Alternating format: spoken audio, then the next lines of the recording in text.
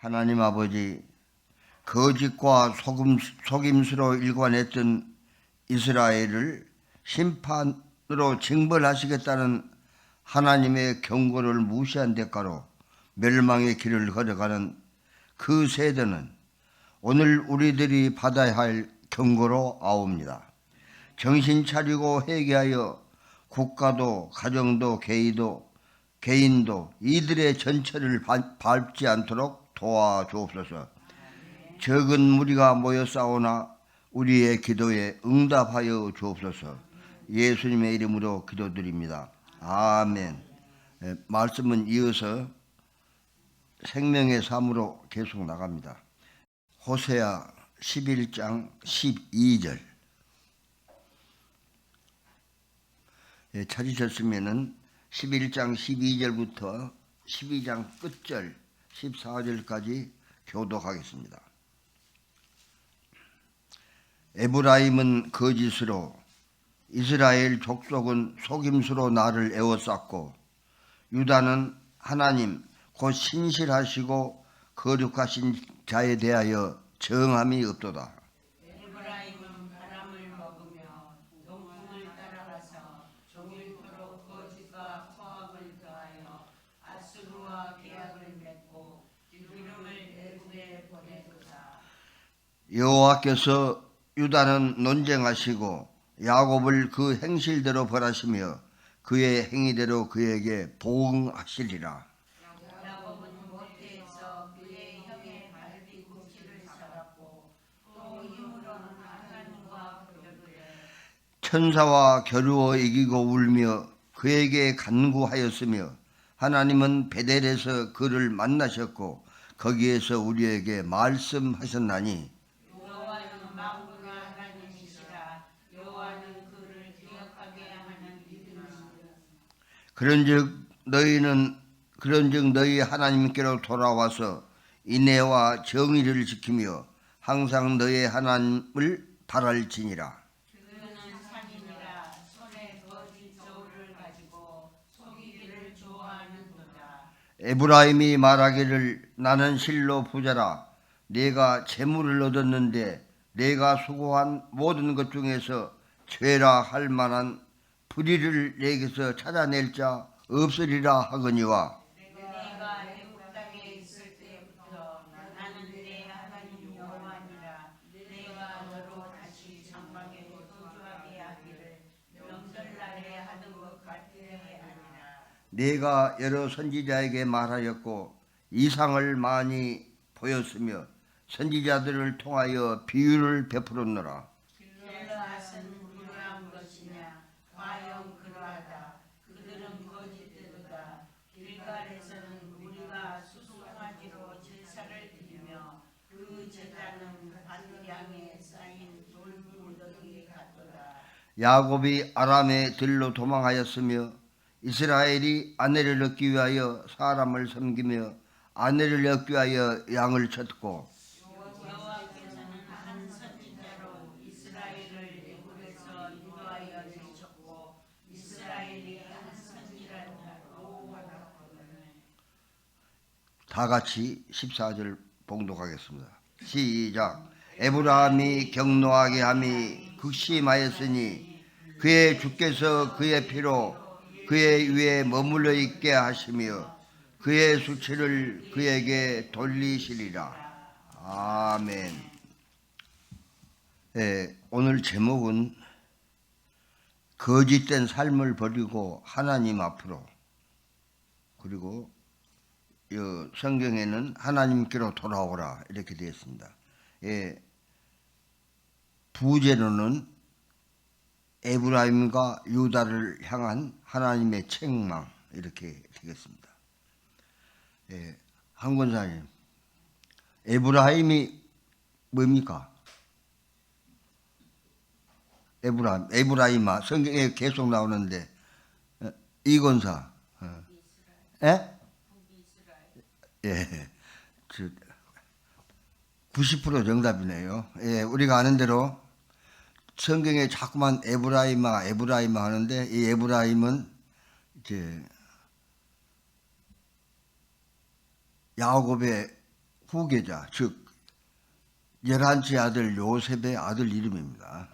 그래서 우리가 성경을 공부하면서 이스라엘 지도를 딱 갖다 놓고 가나안 지도를 갖다 놓고 어디를 제비 뽑아서 어느 자손이 그러니까 어느 지파가 어디를 지금 차지했는가, 어디가 노란자인가, 그러면 왜 이 지파는 여기를 줬는가 하는 것을 갖다가 이제 축복을 봐가면서 공부하면 참 좋다고 생각합니다. 우리가 잘 아는 대로 야곱에는 12아들이 있습니다. 그래 르우벤, 시므온, 레위, 유다, 단, 납달리, 갓, 아셀, 일사갈, 스불론, 요셉, 베냐민 이렇게 나가는데 레위 지파는 제사장 지파라 지분을 안 줬어요. 그 대신 요셉의 큰아들 므낫세하고 에브라임에게 지파를 줬는데 야곱이 작은아들 에브라임을 축복해서 장자가 되는 겁니다. 요단을 중심으로 해서 요단 동편과 서편에 므낫세는 두 쪽으로 나누어져 살았어요. 그래서 항상 므낫세 반지파 하는데 여러분이 왜 므낫세 지파 그러지 않고 므낫세 반지파인가 이것을 참고로 하시기 바랍니다. 에브라임 지파는 처음에는 아주 12지파 중에서 가장 견고하고 모든 것을 하나님 보시기에 순전해서 축복도 받았어요. 그런데 이때에 이르러서 멸망 시기로 가는 북이스라엘 하반기에 이르러서 멸망을 지금 몇십 년 앞에 놔뒀어요. 곧 멸망하게 됩니다. 이때는 에브라임 지파도 완전히 타락해서 그 타락한 지파가 돼서 이 타락한 지파가 호세아가 늘 부르는 북이스라엘을 대표하는 이름이 됐다 그 말이에요. 그래서 에브라임아 그러면 이거는 북이스라엘을 말한 걸로 우리가 이해하면 되겠습니다. 12장 1절 같이 한번 읽어보겠습니다. 12장 1절 시작. 바람을 먹으며 동풍을 따라가서 종일토록 거짓과 포악을 더하여 아수르와 계약을 맺고 기름을 애굽에 보내다. 이거 우리가 지금 한 장을 딱 읽으면 하여튼 하나님이 지금 뭔 책망한 건 아닌데 아는데 어떻게 책망했는가를 갖다가 정확하게 알 수가 없어요. 그래서 좀 시간이 걸리더라도 제가 공부를 해왔으니까 같이 한번 넘어가 보기 바랍니다. 바람을 먹는다는 말은 우리가 가끔 우리도 살아가다가 누우고 뭐 잘 안 됐을 때 나 바람 맞았다. 한 남자를 사랑했는데 남자가 이제 헤어지자 그러니까 나 바람 맞았다. 바람을 먹는다는 말은 히브리어로 루아흐라 하는데 루아흐 헛되다, 공허하다, 가진 것이 없다. 아무튼 이런 말로 쓰여집니다. 여로보암 2세는 애국과 아수르를 의지하는 어리석은 정책을 썼습니다. 이제 하나님 백성이 우리가 살 길은 아수르하고 애국뿐이다 하고 썼는데 아수르하고는 이제 서로 도와주기로 정책을 맺고 애굽에는 여기는 기름이라고 했는데 그 외에도 많은 것을 애굽에다 갖다가 조공으로 바친 거예요. 갖다 주면서 우리가 어려울 때 너가 와서 한번 도와주라. 내가 원하는 걸 당신이 좀 도와주시고 조공을 바쳤는데 그 후에도 그 전에도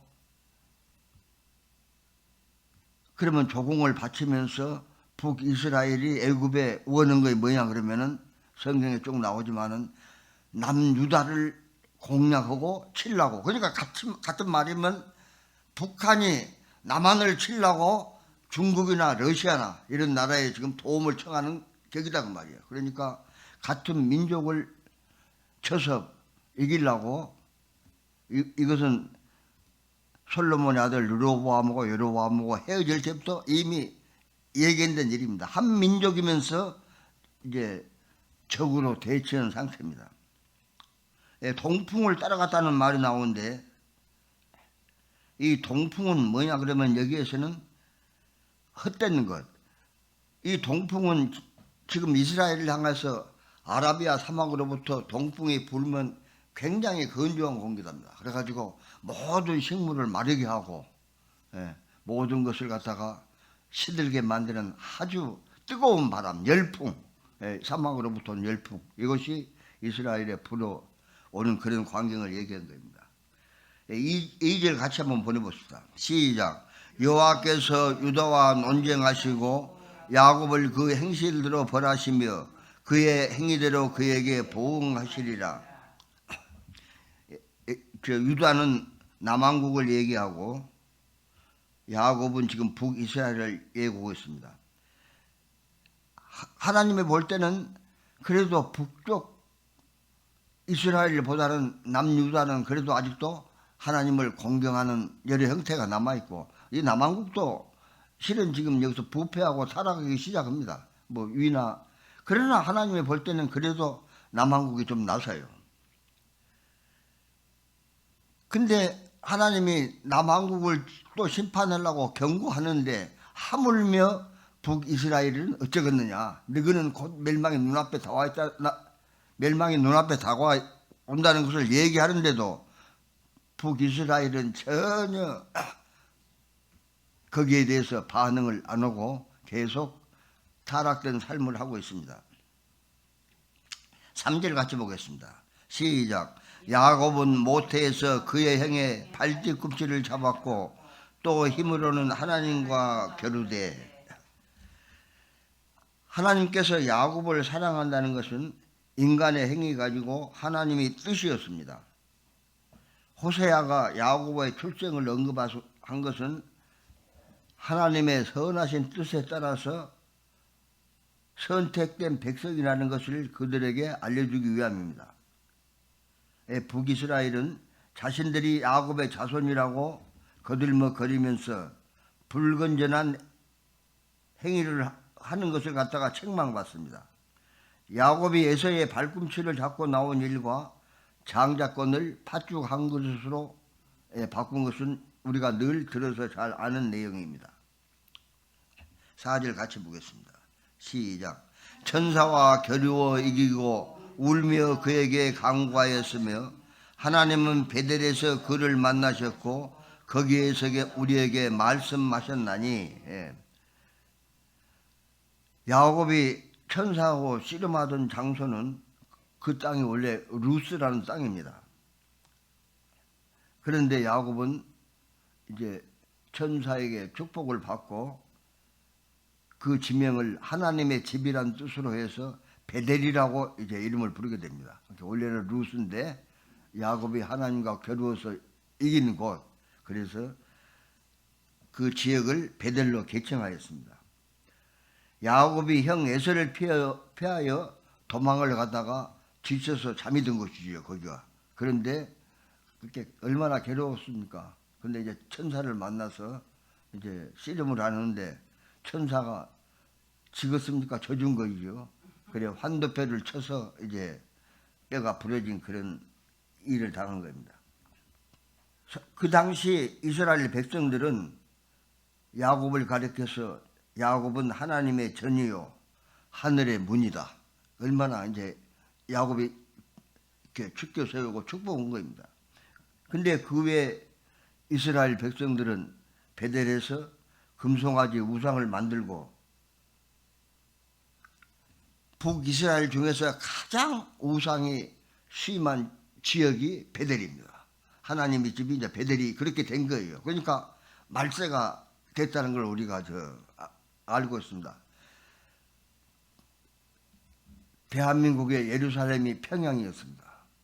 지금 평양은 북한 치하에서 예배도 못 드리는 그런 지역으로 이렇게 탈바꿈된 겁니다. 5절 같이 보겠습니다. 시작. 여호와는 만군의 하나님이시라. 여호와는 길을 기억해 가는 아름다운 이름이니라. 그래 여호와는 만군의 하나님이고 여호와는 그를 기억하게 하는 이름이다. 여기서 여호와라는 뜻은 뭐냐 그러면은 하나님의 기념 칭호라고 그리 되어 있습니다.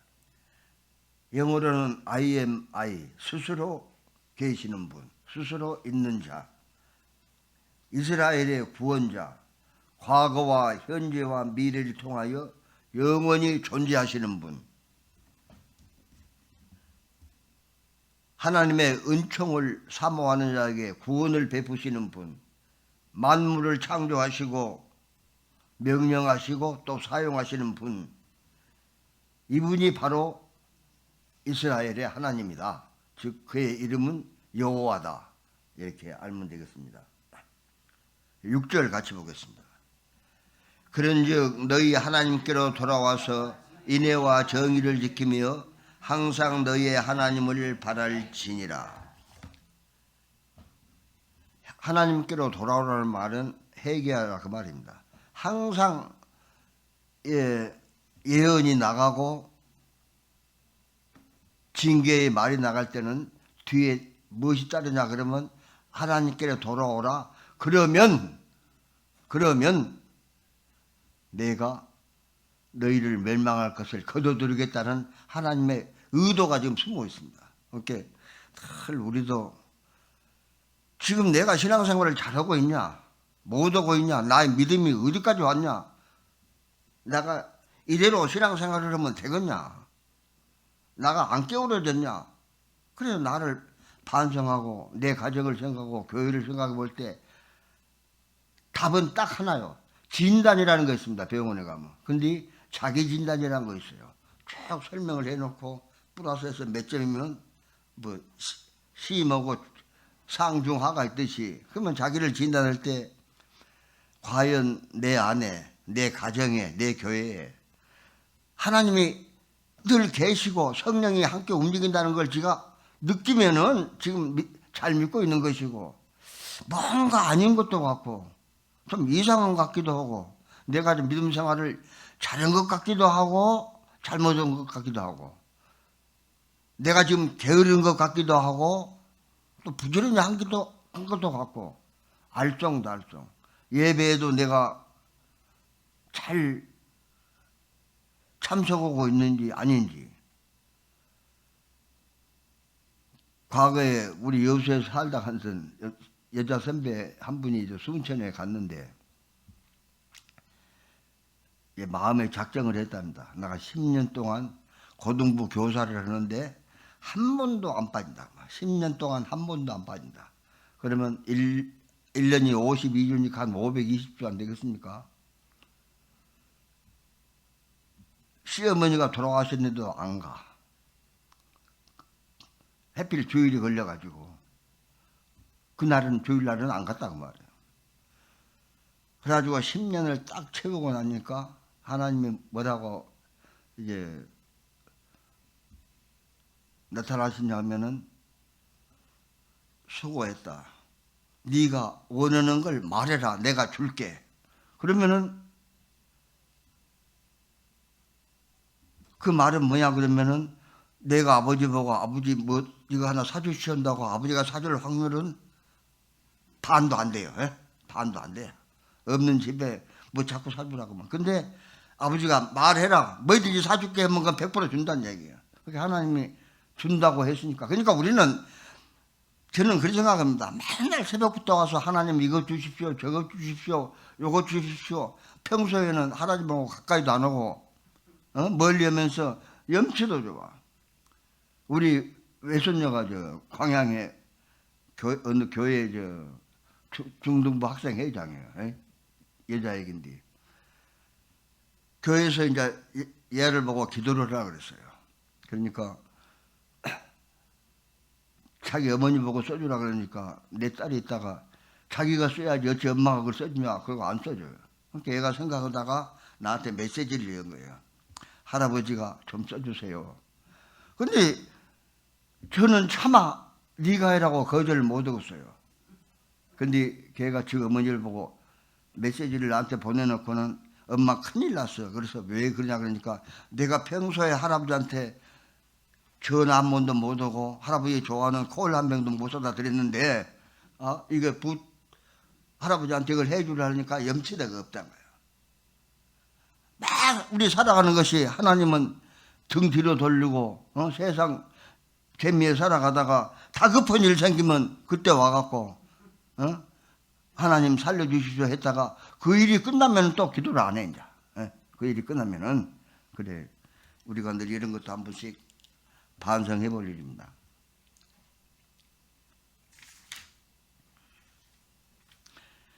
예, 7절 같이 한번 읽어보겠습니다. 시작. 그는 상인이라 손에 거짓 저울을 가지고 속이기를 좋아하는 도다. 여기서 상인들은 가나안에 우리가 아는 대로 7 족속이 있습니다. 왕이 7이 있고, 근데 거기에서 가나안 족속들이 주로 상업에 종사하고 이들이 베니게 지역에 거주하면서 장사를 해서 살아갔는데 저울을 속이고 강탈을 많이 했다. 이렇게 성경은 기록하고 있습니다. 호세아가 이스라엘 백성을 이에 견준 것은 그들이 하나님을 모르는 저들과 같이 패역하고 타락했기 때문입니다. 그들은 우리도 그렇습니다. 뭐 장사도 하고 뭐도 하는데 제가 옛날에 뭐 구두도 팔아보고 나도 뭐 이것저것 팔아왔어요. 그런데 요거 주면 소원이 난단 말은 약간 거짓말이 포함되고 본전해 준단 말도 조금 그렇고 아무튼 그래도 정직원이 팔면은 되는데 아마 그때 이 사람들은 아주 부당하게 거래를 한 것 같습니다. 저울을 한 근에 600g인데 500g만 주고 그래서 저도 불고기 집에 가면은 옛날에는 200g이었어요. 1인분이. 지금은 180g 이렇게 한데 저울로 달아보고 싶어. 그러나 앞으로 저울 하나 살 거예요. 가지고 딱 주면 얹어서 이게 맞냐 안 맞냐. 외국에는 주로 저울이 다 있답니다. 식당에가. 그래갖고 딱 얹으면 되고 지금도 저 시장에는 6시 내 고향 보면은 시장 중간에 저울을 놓고 모든 걸 사면 사람들이 그 달아보고 갈 수 있도록 그렇게 조치를 해둡니다. 아무튼 저울을 정직해야 된다는 거죠.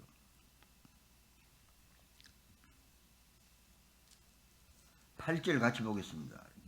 에브라임이 말하기를 나는 실로 부자라 내가 재물을 얻었는데 내가 소도한 모든 것 중에서 죄라 할 만한 불의를 내게서 찾아낼 자 없으리라 하거니와 그들이 스스로 말합니다. 나는 이런 재물을 지금까지 먹으면서 불의가 없다. 잘못된 것이 하나도 없다고 지금 큰 소리를 치고 있는 거예요. 그 당시 북이스라엘은 여로보암 2세의 통치하에서 솔로몬 이후에 경제, 군사적으로 가장 번창하였으며 백성들은 악한 방법으로 재산을 늘려갔습니다. 그들의 잘못과 죄를 지적하는 선지자의 말을 무시하였습니다. 지금 우리도 불의한 것이 우리에게 있다고 성령이 말하거든 하나님께서 당장 지금 심판을 하지 않으시나 그 심판이 우리 앞에 곧 다가올 수 있음을 명심해야 할 것입니다. 9절 같이 보겠습니다. 내가 애굽 땅에 있을 때부터 나는 내 하나님 여호와니라 내가 너로 다시 장막에 거주하게 하기를 명절날에 하던 것 같게 하리라. 명절일에 하던 것처럼 하게 한다는데 이 명절일이라는 건 뭐냐 그러면 초막절이라는 거 있습니다. 그럼 초막절은 광야 생활을 기념하는 절기인데 그때에는 모든 백성이 7일 동안 집을 가지 않냐고 장막 안에서 공동으로 기거하게 됩니다. 그러니까 먹을 것도 잠자리도 모든 것이 불편한 상태. 하나님께서 그들의 선조들이 장막에 거하면서 40년간 방황하던 때와 같이 가난하고 비천하며 황량하게 만들겠다는 것이요. 그러니까 광야 생활할 때 먹을 것도 제대로 없고 그 천막을 가지고 이동해 다니면서 그런 어려운 시대같이 만들어 보려니까 정신 차리라. 이런 얘기가 되겠습니다. 10절 같이 보겠습니다. 길르앗은 불효한 것이냐 이상을 많이 보였으며 10절 계속.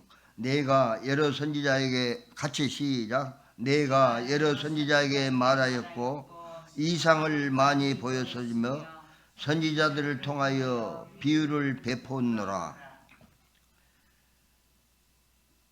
하나님이 이상을 보이시고 비유를 베풀어 주시는데 이스라엘 사람들은 선지자들의 가르침과 경고를 갖다가 무시합니다. 오늘도 목사님을 통하여 성경을 통하여 길이 인도되고 있는데 현재 우리나라와 우리 가정과 우리 개인의 삶은 어떠한지, 지금 우리나라도 정치가들이나 뭐 사회나 가정이나, 솔직히 제가 여기서 이런 말하기는 사람지만은 어느 학자는 현재 우리나라가 소돔과 고모라 많은 시대다. 그 이유가 뭐냐 그러면 우리는 바로 살아가니까 모르지만은 학자들 통계에 의하면은 새벽부터 이런 말을 하는데 얼마 안 됐지만은 자이든 타이든 자기 뜻이든 어쩔 수 없이 그랬던 간에 성매매를 하는 여성이 300만이 넘고 있습니다. 어떻게 통계를 잡았는지 난 알 수 없지만은 그 정도 되면 뭐 소돔과 고모라와 비교해서 성적으로 더 타락 안 했다고 우리가 말할 수 있습니까? 물론 개인은 훗날 구원을 받고 심판을 면하고 생명의 부활로 나가겠지만은 우리 사회와 우리나라는 걱정이 아닐 수가 없습니다. 이 자리에 오늘 11명이 모였는데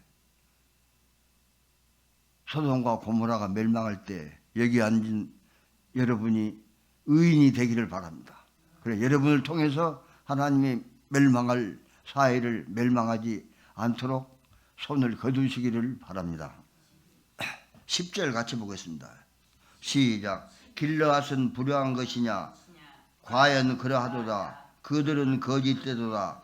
길갈에서는 무리가 수송아지로 제사를 드리며 그 제단은 바위랑에 쌓인 돌무더기 같도다. 길르앗이라 말이 나오는데 길르앗은 요단 동편 지역입니다. 요단 동쪽에 있는 지역인데 지대가 높은 고원지대고 짙푸른 수목이 우거진 아주 아름다운 목장들이 있는 지역이 길르앗입니다. 이 지역을 북이스라엘에서는 행악자의 고을로 만들었다. 그 다음에 길갈이 나오는데 길갈은 또 요단 서편 지역이에요. 길르앗은 동편, 길갈은 요단 서편 지역. 이스라엘이 애굽을 떠난 지 40년 만에 이곳에 도착하여 후손들이 영원토록 하나님을 경배하도록 12기념 돌을 세운 곳이 그 길갈입니다. 우리가 뭐 성경에서 이미 공부한 거죠. 이 아주 성경적으로 이 좋은 두 땅이 완전히 우상 숭배가 지금 되었다고 지금 팽망하고 있는 것입니다. 그래서 호세아 선지자는 예언을 통해서 그렇게 유서 깊은 그들의 재단을 돌 무더기 같이 그냥 돌을 던져서 이렇게 쌓아놓은 것 같이 완전히 폐허로 앞으로 만들겠다는 그런 얘기입니다. 12절 같이 보겠습니다. 야곱이 아람의 들로 도망하였으며 이스라엘이 아내를 얻기 위하여 사람을 섬기며 아내를 얻기 위하여 양을 쳤고, 여기서 지금 형 에셀의 장자권을 뺏긴 형에게 화를 매느라고 이제 야곱이 에셀을 피워 도망간 것이 아람들입니다. 아내를 얻기 위해서 했다는 것은 이제 야곱이 지금 외갓집 가서 이제 외삼촌을 만나는데 그 둘째 딸 라헬을 사랑하게 됩니다.